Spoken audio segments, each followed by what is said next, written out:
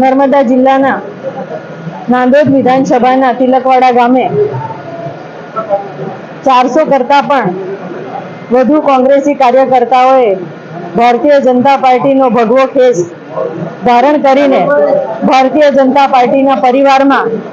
સંમલિત થયા છે। ત્યારે એ સૌને ભારતીય જનતા પાર્ટીમાં આવકારું છું, એમનું સ્વાગત કરું છું, અભિનંદન કરું છું અને ભારતીય જનતા પાર્ટીને જે અંત્યોદયના છેવાડાના માનવી સુધી જે સેવાઓ કરવાનું જે લક્ષ્ય નિર્ધારિત કરેલું છે એમાં પણ એ સર્વે કાર્યકર્તાઓ જોડાઈ જાય અને ભારતીય જનતા પાર્ટીની વિચારધારાને વળીને સમાજ ઉપયોગી કામો કરવા માટે